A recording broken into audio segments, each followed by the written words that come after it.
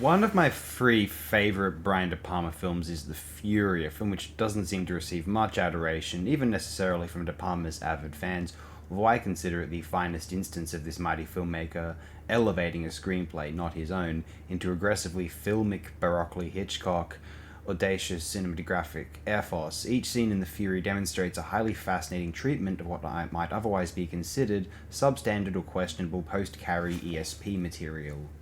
Firstly, it is good to have an exposure to the film's score over the opening credits without any visual distraction. John Williams provides the musical compositions over the drama, and this is before he was just realizing heroic archetypes via symphonic orchestra, mostly. We realize that he really is a gifted illustrator of filmic narrative highs. Richard Klein is an extraordinary cinematographer, most celebrated perhaps for the likes of sci-fi features Andromeda Strain, Star Trek the Motion Picture Soylent Green, and The Terminal Man, a film which looks so good it inspired a young Terrence Malick to write to director Mike Hodges, thanking him for helping him realize the insurmountable importance of sheer imagery. And also the classic thrillers The Mechanic and Body Heat, yet The Fury, directed by the cinematically creative and assertively modernist Brian De Palma, is my favourite of Klein's cinematographic endeavours. Or The Terminal Man. Some of those images entirely floor me. I have no words for that feature.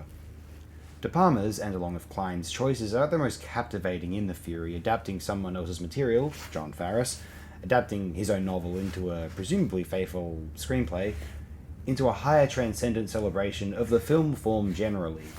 The film which best teaches one how to elevate material, because, let's be real, this material is not exactly the stuff you study alongside Shakespeare plays, is this, De Palma and Klein's The Fury. We pan from Kirk Douglas and his son, portrayed by Andrew Stevens, having a swimming race to the shore, capturing them as they finish at the sand. We look up to witness John Cassavetes judging their competition. So this whole sequence here is one of the most oddly impressive and potentially overly bizarre in mainstream feature film history, certainly as far as opening scenes go. A nicely arranged location, it does begs to be said. I really like this camera moving around the table as Kirk, Andrew, and then Cassavetes talk to one another. Subtlest touches like this are what elevates this material, and are evidence of De Palma's lucid channeling of the medium, I feel.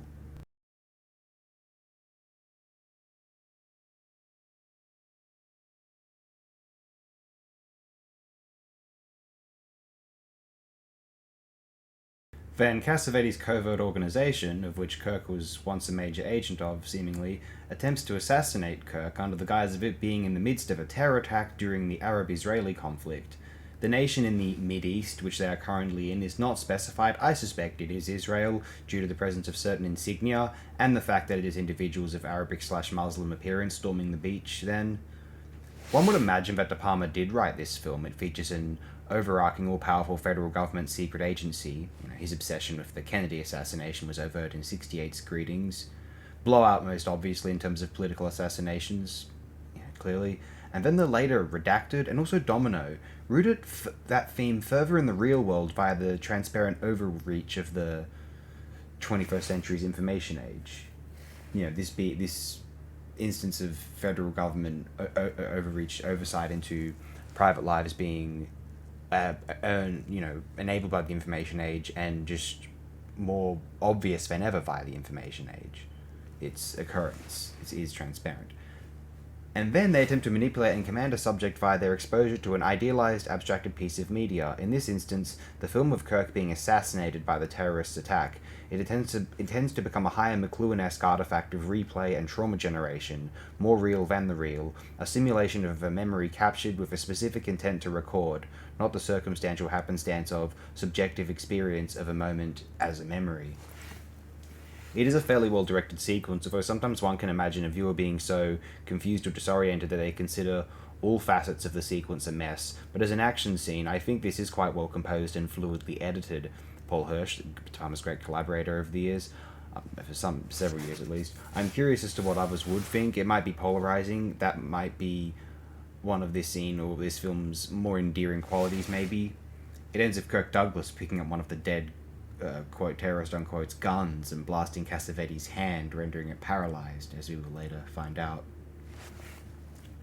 Their want to assassinate Kirk is presumably twofold.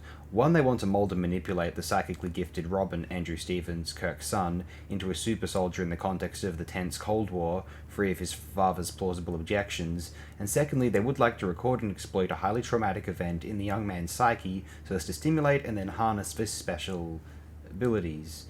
This can be seen as an ominous metaphor for the power of the state media to engender a parent, a father's removal, and use that pain, a promise of then healing the wound, to engineer a subject into their own malleable toy, and we can use the idea of the removal of the parent as metaphorical, let's say. This opening scene brilliantly sets the tone of the theory in narrative terms, cinematographic respects, a philosophic tenor, and just preparing a viewer for its bold uniqueness, enabling the Fury to be one of the most captivating American films of all time, or a vaguely forgettable, confused, messy, hyperactive genre work, maybe awkwardly adapting an ESP quasi-action thriller novel into a De Palma semi-Freudian neo-Hitchcock New Hollywood Odyssey. There will be no predictable response to the Fury.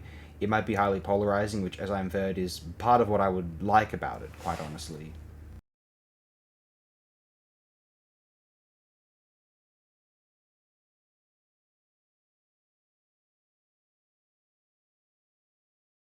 Now we move to Chicago, a year later. Chicago is where much of this film is subsequently set, with De Palma and Klein's vivid yet organic and seamless use of bright colours. It doesn't feel as though it is abstracted and divorced from reality, just arranging the best elements of a recognisable reality into a cinematic palette.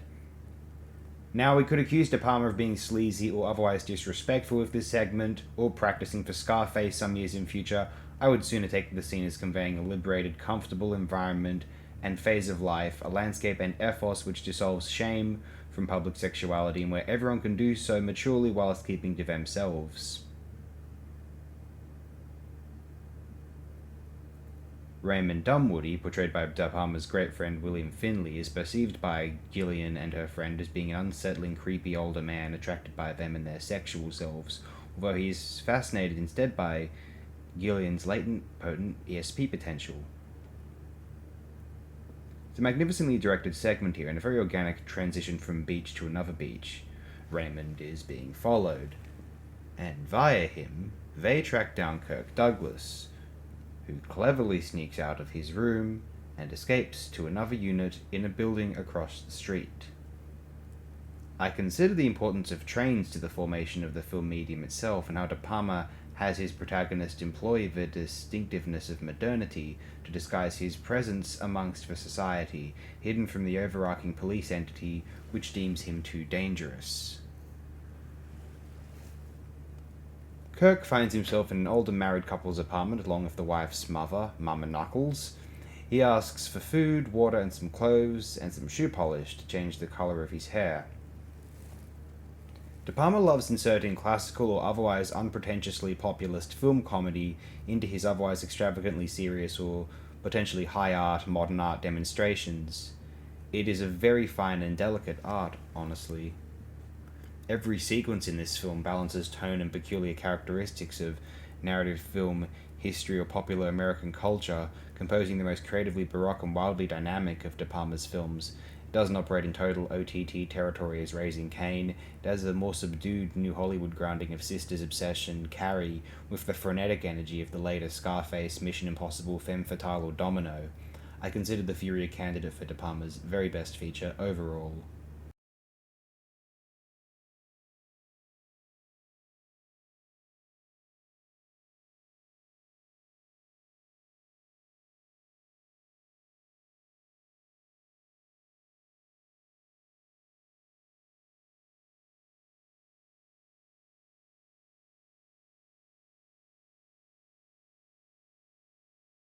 Good sequence of Gillian learning more about her powers, the ESP demonstration here.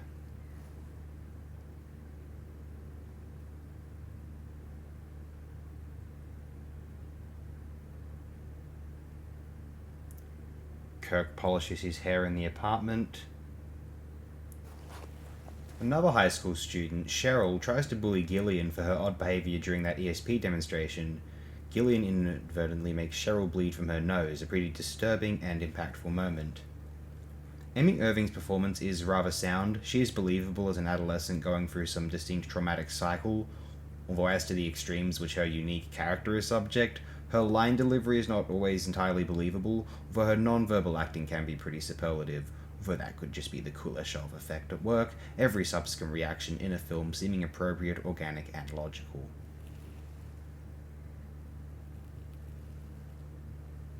Kirk leaves the apartment. He is beautifully photographed amongst this city at night, watched by Childress's, Cassavetes' agents. Then he finds a car occupied by two off-duty, in-uniform police officers, one played by De Palma's memorable friend Dennis Franz. This sequence is a very memorable one indeed.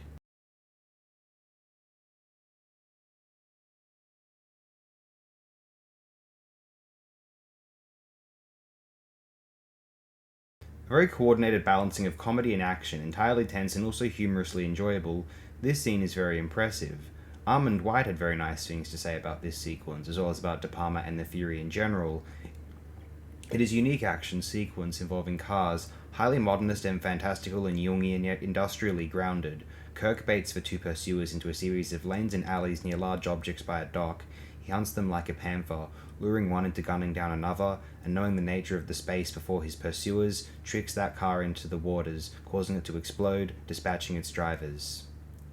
He leaves driving the police officer's vehicle, a brand new car owned by Dennis Franz, into the water, disappearing.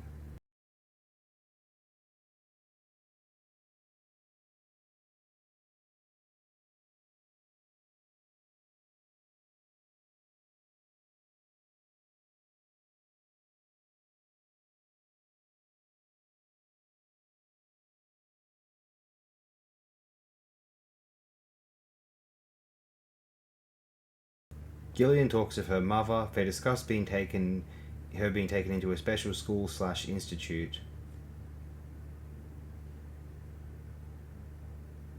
Carrie Snodgrass as Hester, the most interesting female character and impressive performance in the film. She works for that school, although she has agreed to assist Kirk Douglas covertly in tracking down his son Robin. She is the most well-intentioned of the Paragon Institute, even more so than the vaguely caring Dr. Jim McKeever, portrayed by Charles Durning, and Carol Rosson's Dr. Ellen Lindstrom. She rescues Kirk Douglas after he has emerged from the waters, eventually picking him up in a van.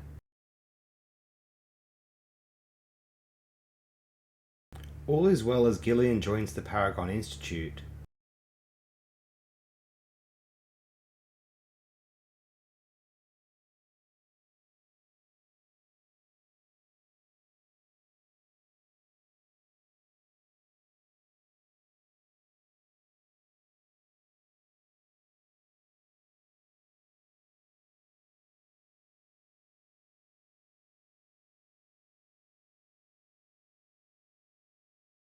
But one day, all of this changes. A highly interesting narrative use of double exposure, one of the few times wherein it can be used in a non-abstracted format, not in a dream sequence, but in a genuine visual representation of Gillian's visions, appropriate and tied with the narrative, very effective scene.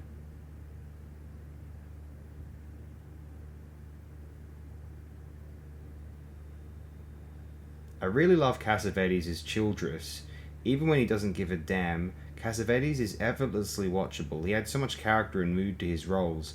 Obviously, we can talk about his own more dramatic, serious work, but when he performs in genre films, famously Rosemary's Baby, also very villainous, obviously, also The Dirty Dozen, of course, also Don Siegel's The Killers from 1964, John Howe's The Incubus from 1982, or Alberto De Martino's Poliziesco Bandits in Rome of 1968, he is as good as a supporting genre actor ever is, a highly engaging figure. We learn so much about Childress's behavior and authoritarian pathos via his vocal tone, his body language, and his thoroughly icy conviction. I will let these clips of the films, these screen caps of the film scenes play out, and I will speak about 3 more scenes, though these will be toward the close of the film.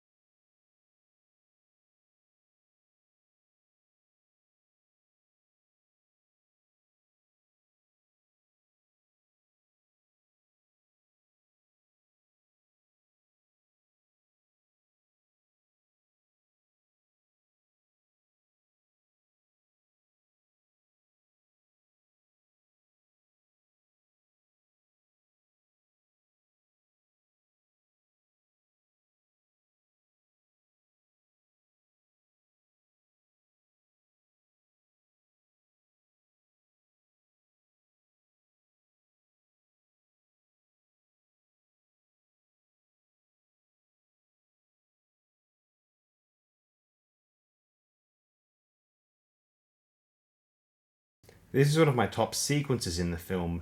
Toward the climax, Williams' score quotes Herman's from Hitchcock's Vertigo. The score and some sound design take over the audio track of this scene. A runaway vehicle, pursuing the escaping Gillian, careens into and kills Hester, all because Kirk shot the driver without considering the consequences. He then guns down a jogging agent, someone we formerly assumed was just an innocuous extra, after they try to accost the highly distressed Gillian.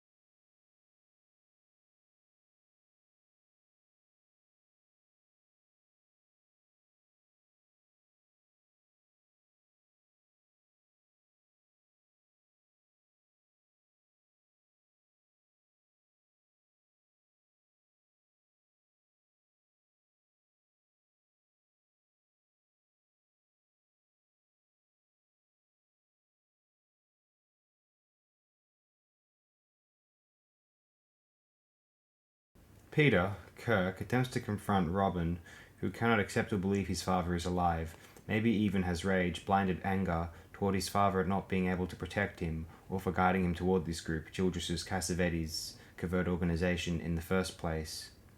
Robin's powers go awry. He winds up charging out the window with his father, nearly falling, but his father grabs his arm. Still angered, Robin strikes at his father's face. In his furor, he enables his own death. He falls and dies on impact. Kirk, his life effectively over, chooses to fall also, dying with his son. Gillian passes out then.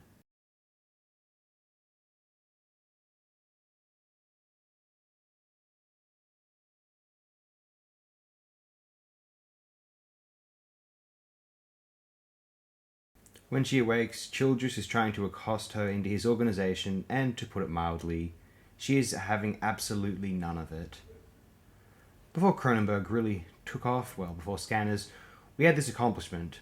1980s practical effects body horror really took off in the late 70s with Cronenberg's own Brood, 78 Body Snatchers, Eraserhead, Incredible Melting Man, and most evidently popularly Alien. Dawn of the Dead might be worth mentioning as well, why not really? And The Fury may as well be considered right beside those, in conjunction with the score, it being a climax, a John Cassavetes model head. This might be the finest sequence in any of those films, except for the best in Alien, or the head explosion in Scanners itself. Or the best sequence in any film, too good to be true. That a film would end with John Cassavetes exploding with a fleshy supernova might just render it the greatest of all time, and that a film would have that idea would ensure that the rest of the film would offer much creativity conducive to having such a distinct conclusion, and also then aptly deserve, ever more so, a title such as Greatest Film of All Time. If The Fury was widely considered a masterpiece, it would mean we live in a world wherein we can look past so-so or otherwise distracting acting performances, admire uniqueness and genre experimentation for its own sake, have wide adoration of film direction and photography as the most vital factor in executing a narrative film truly, and where we would be okay with older VFX and potentially awkward yet rather interesting realization of such technology, if for no other reason than the conjuring of a distinct aesthetic and pathology in time.